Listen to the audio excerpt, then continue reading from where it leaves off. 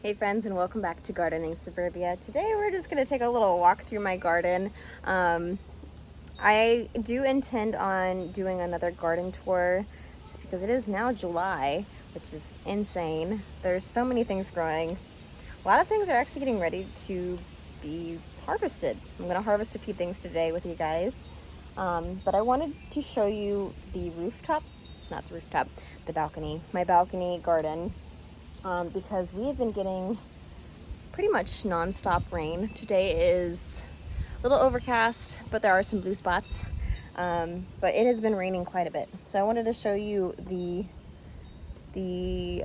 birdhouse gourds because they are going crazy. So the corn here is looking so good. Some of these are kind of, they've been mangled because my dog walks right here.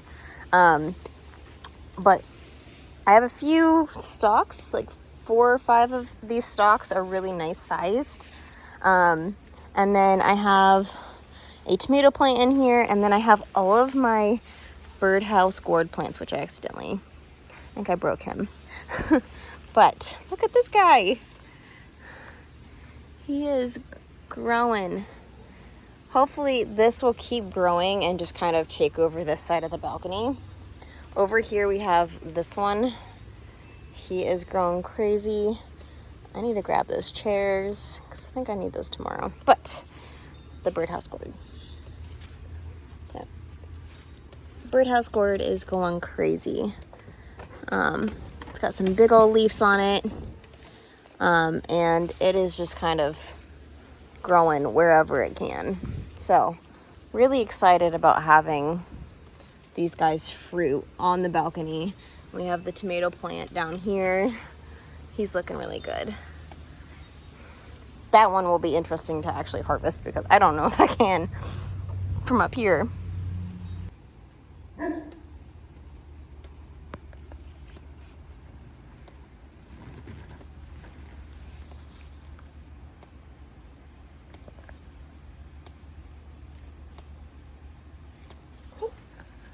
The garlic is drying really nicely. I was a little concerned because on the day that we harvested these guys, it was a little bit more wet outside, but they're getting really nice and crunchy. I think having them in my basement where there's plenty of airflow from a vent over here, and it's cool and dry. So these guys are looking really good. I did go ahead and cut into one of my elephant garlics just because I could not help myself. And it was so good. And I also recently learned that these little garlic nodules, I think it's a bulbous is what the technical term is. If you take this little bulbous and plant it in the garden this fall, for an overwintered garlic like we did with these cloves, you'll get a clove next season, and then you go ahead and replant that clove again the following fall, and then it'll give you a whole head of garlic. So this is just like seed garlic, like the first stages of seed garlic, which is so cool.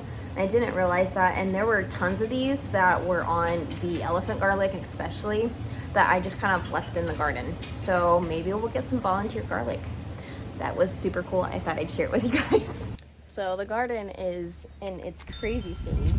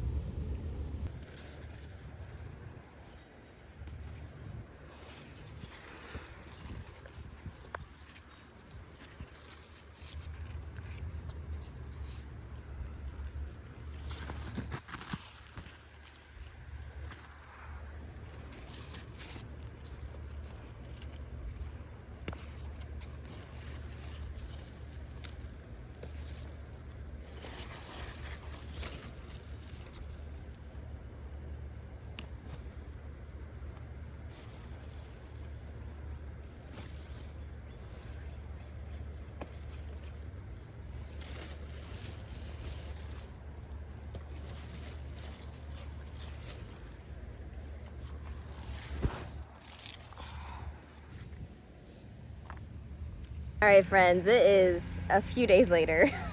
I got caught up with, I don't even know what happened.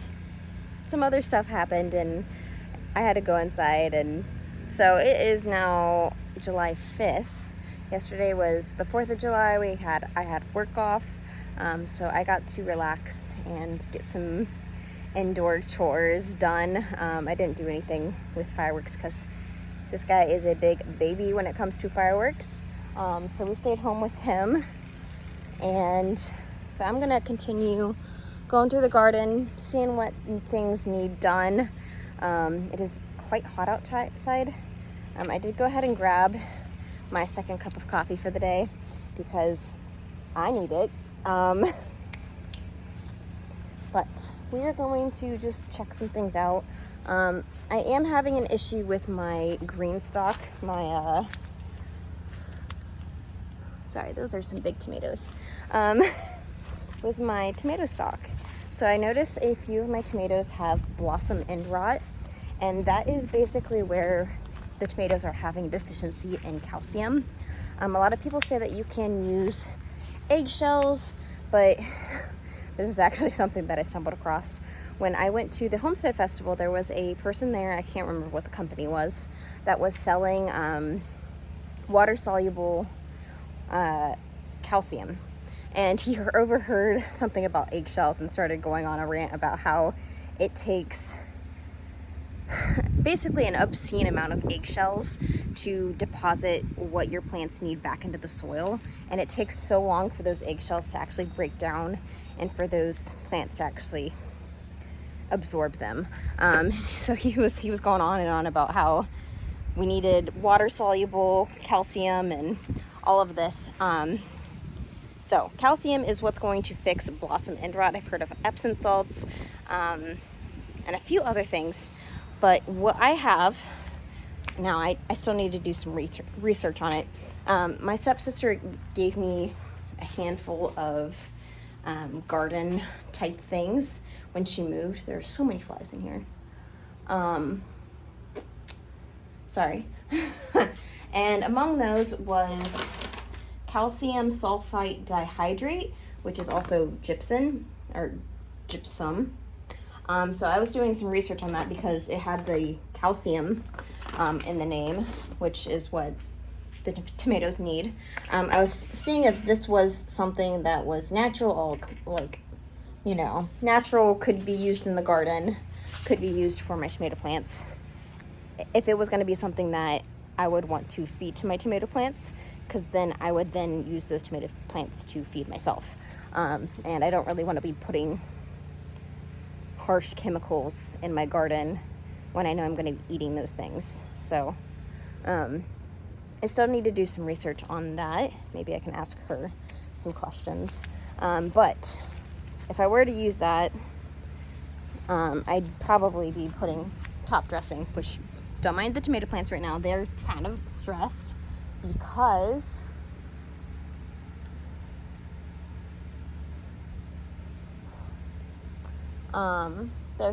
they need water. I've been trying to find a good balance of when to water this tomato stalk because there's so many tomatoes in this thing. It needs a ton of water. Yeah. So this is, I'm getting some shade.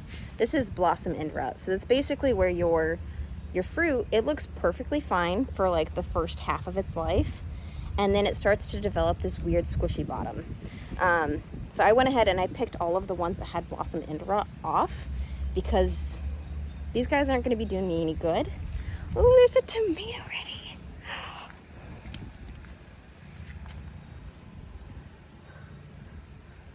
So, sorry. Those tomatoes aren't going to be doing me any good because they're rotting. So I've been going ahead and plucking those guys off so that the plants are focusing on the fruits that aren't developing with blossom end rot. There's a good handful of them that have it. And so I went ahead and I top dressed with a like all-purpose fertilizer, a 2-2-2 formula in every single pocket. and then watered that in really well. Like that was 2 or 3 days ago. But I need to keep an eye on things. These really need some water. They look really, really sad. But this has been an experiment. I've never grown tomatoes in a Greenstalk. I've never really successfully grown tomatoes in pots, really, at all, besides the ones that are in these big giant grow bags. The ones in my giant grow bags, the long 6 foot, whatever these are, beds, these look really good. I think this is one of my biggest tomatoes. He does have a hole, and because he is a fasciated blossom, had multiple blooms, does kind of have a weird bottom. But this is probably one of my bigger tomatoes in the garden. But all of these plants are producing really well, and they look really happy. I still am seeing a lot of these weird little fungus gnats. I don't know if you guys can see those. But honestly, I think I'm just gonna leave them as is. I'm not seeing too much damage besides when I tried to do something about it and then I crispied these tomato plants. So I'm just gonna let them be. I'm not seeing too much damage with the fungus gnats. I'm pretty sure it's something to do with the soil being too wet, too moist. So with these really hot, dry days that we've been having, hopefully they kind of dwindle off. But I'm doing what I can. I do see a few tomatoes that are done and ripe, so maybe we'll pick some and I'll try some tomatoes. So if you don't know, I'm not a I'm not a huge fan of eating raw tomatoes. I really like tomato products, but I'm not the person that picks a tomato off of the vine and eats it, nor am I the person that picks up the tomato on the platter and enjoys that. I think it's more of like a texture thing for me, but since I am growing so many different varieties of tomatoes this year, I want to go ahead and taste all of them, because there may be one variety that I just love, and because I've never really grown that variety, maybe I don't know about it. Maybe I do like tomatoes. Maybe I just didn't like the tomatoes that were at the store. I don't know. So I have a few tomatoes that are ready today. So I have a Artisan Tiger Stripes Blush tomato. So this guy is kind of like a cherry tomato variety. This one is a pink. You can tell when they're done if you've never grown, or if it's a variety that's new to you, if they're nice and smooth and shiny and they have a little bit of a give. Tomatoes are the best picked when it is super hot midday. Right now my backyard is super shady, but it has been a really warm day. This tomato is nice and warm. This one I think is ready too. It's got pretty little variegation. This was a variety I think I got from Botanical Interests, so I'm excited to see how this tastes. And then we have one more tomato that I saw that was ready, and I'm pretty sure this is my honeycomb hybrid. Just look how pretty and orange. It looks more red on camera, but this is a super orange cherry tomato, and I'm kind of excited about cherry tomatoes. I absolutely love sun-dried tomatoes, and that is one of those ones that I think cherry tomatoes would be really delicious made into. I'm not really sure what varieties are typically used. I know a lot of people use red. That is a red ladybug, not a ladybug. But a lot of people use red tomatoes for sun-dried tomatoes, and so I thought it'd be really fun to use some of those more quirky, fun varieties. Okay, so I'm gonna try the tomato. If I make a funny face, it's because I don't like tomatoes, but we'll see. So this is the honeycomb hybrid, and I think this is a burpee variety.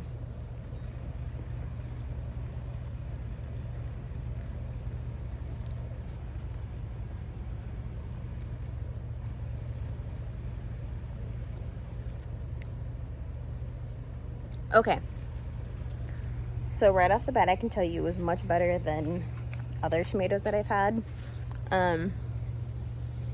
It wasn't as like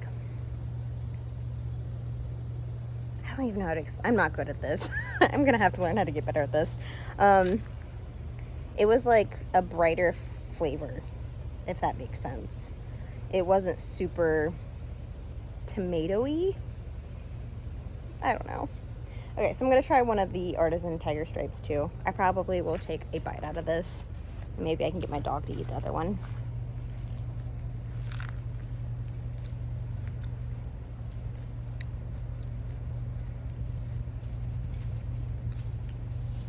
See, that one's more citrusy.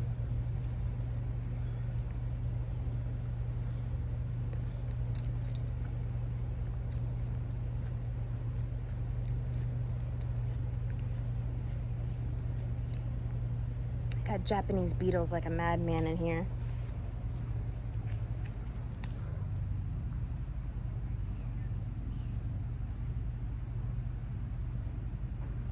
What are those?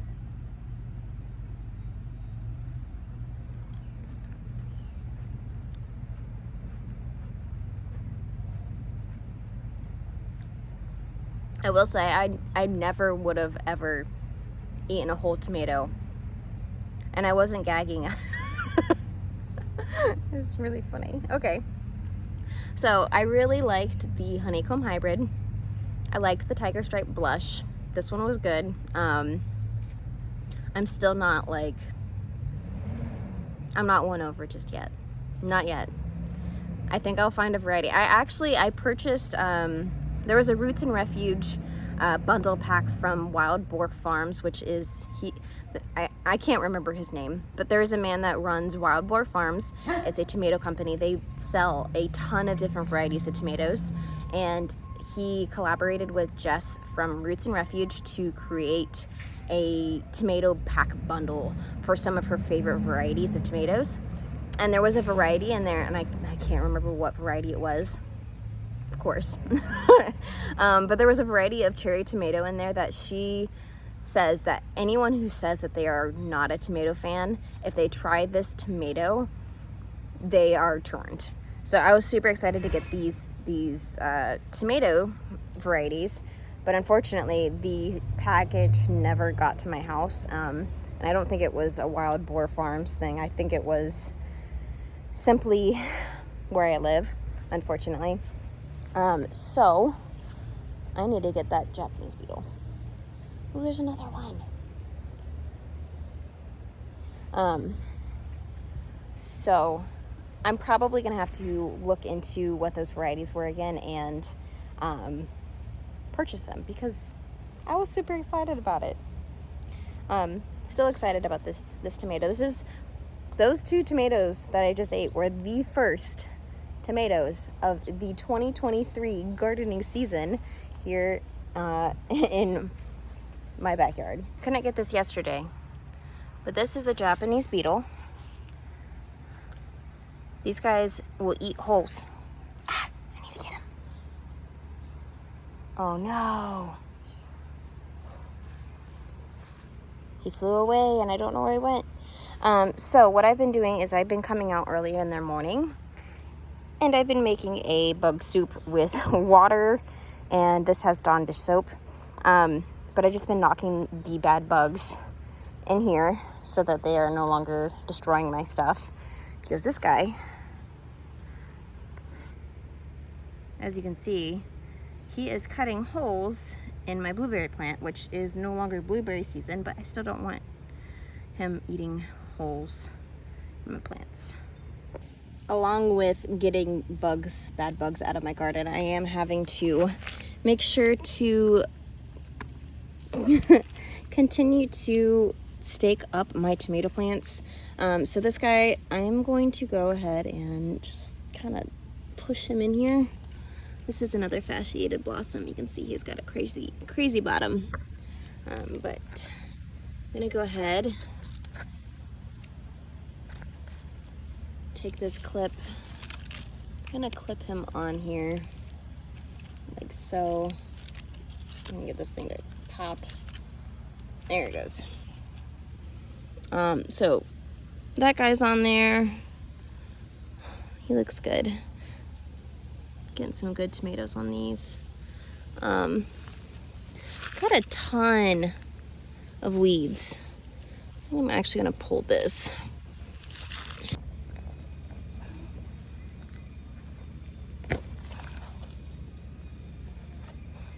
I need to make it a priority to pull all of these crazy things. Some of these things I let go because I'm not quite sure what they are, but a lot of them are just native plants to my area that decided to reseed.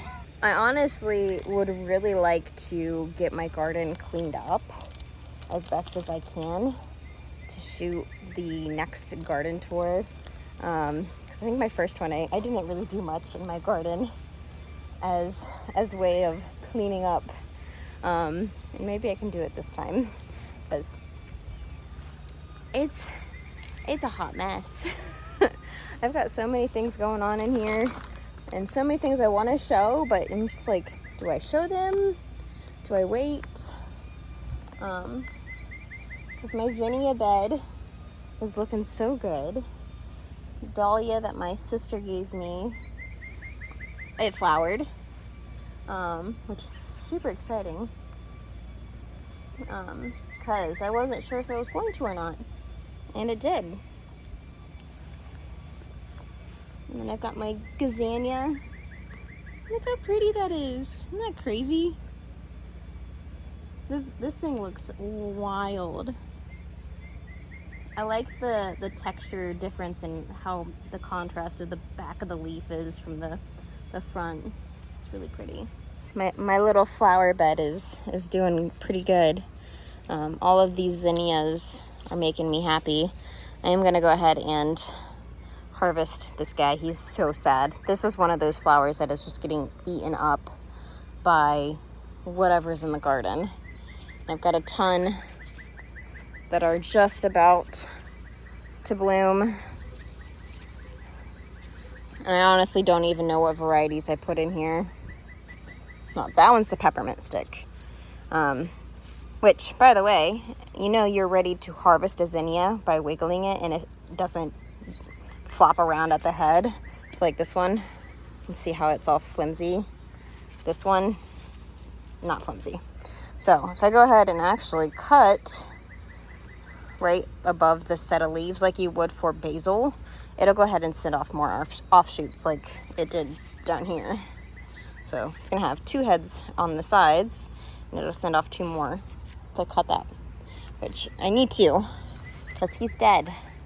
But the garden's just going crazy. Oh, there's one more thing I wanted to show you guys. So if you were here for the garlic video, I went ahead and planted out all of my garlic.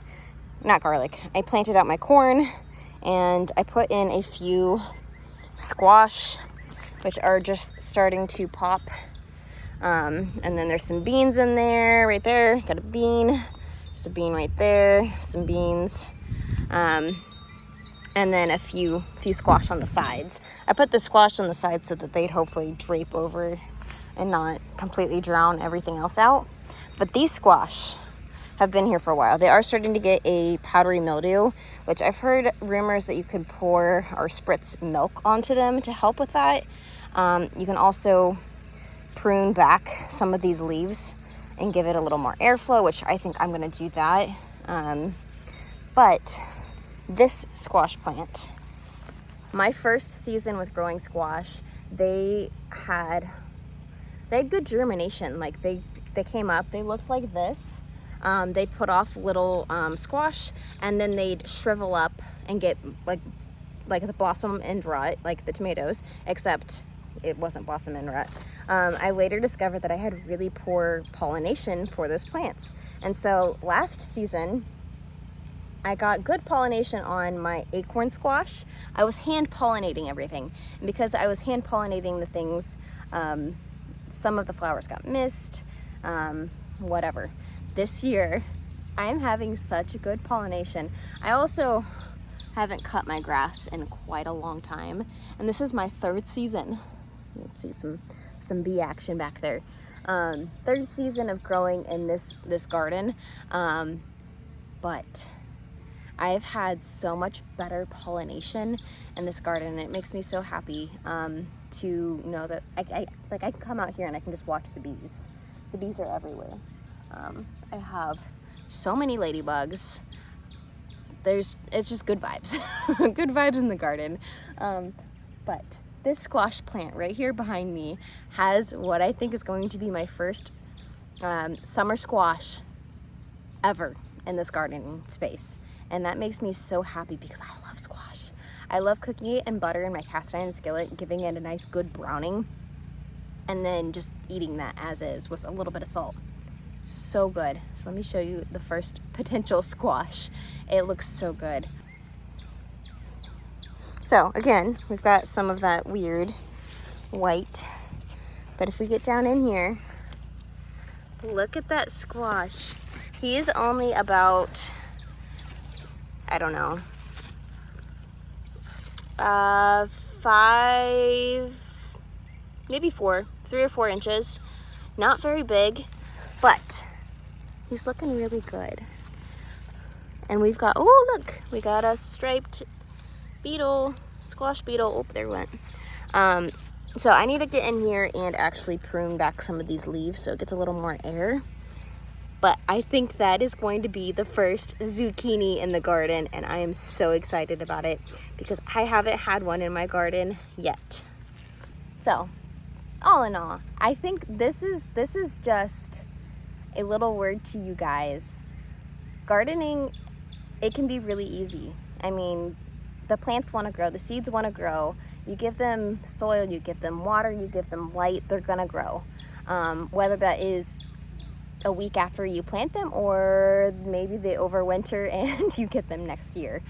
It depends on what Mother Nature decides she is going to do.